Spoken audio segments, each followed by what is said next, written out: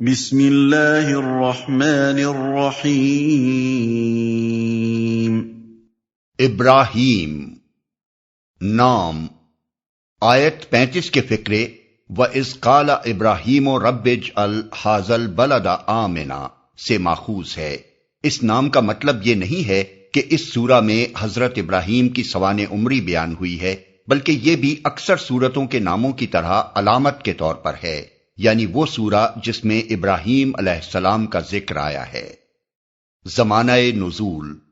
عام انداز بیان مکہ کے آخری دور کی سورتوں کا سا ہے۔ سورہ رعد سے قریب زمانے ہی کی نازل شدہ معلوم ہوتی ہے، خصوصاً آیت 13 کے الفاظ وَقَالَ الَّذِينَ كَفَرُوا لِرُسُلِهِمْ لَنُخْرِجَنَّكُمْ مِنْ أَرْضِنَا أَوْ لَتَعُودُنَّ فِي مِلَّتِنَا۔ انکار کرنے والوں نے اپنے رسولوں سے کہا یا تو تمہیں ہماری ملت میں واپس آنا ہوگا ورنہ ہم تمہیں اپنے ملک سے نکال دیں گے کا صاف اشارہ اس طرف ہے کہ اس وقت مکہ میں مسلمانوں پر ظلم و ستم انتہا کو پہنچ چکا تھا اور اہل مکہ پچھلی کافر قوموں کی طرح اپنے ہاں کے اہل ایمان کو خارج البلد کر دینے پر تل گئے تھے۔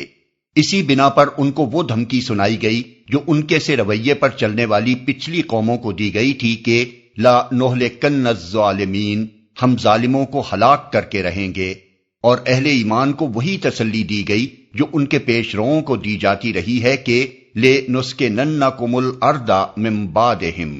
ہم ان ظالموں کو ختم کرنے کے بعد تم کو ہی اس سرزمین میں آباد کریں گے۔ اسی طرح آخری رکوع کے تیور بھی یہی بتاتے ہیں کہ یہ سورہ مکہ کے آخری دور سے تعلق رکھتی ہے۔ مرکزی مضمون اور مدعا: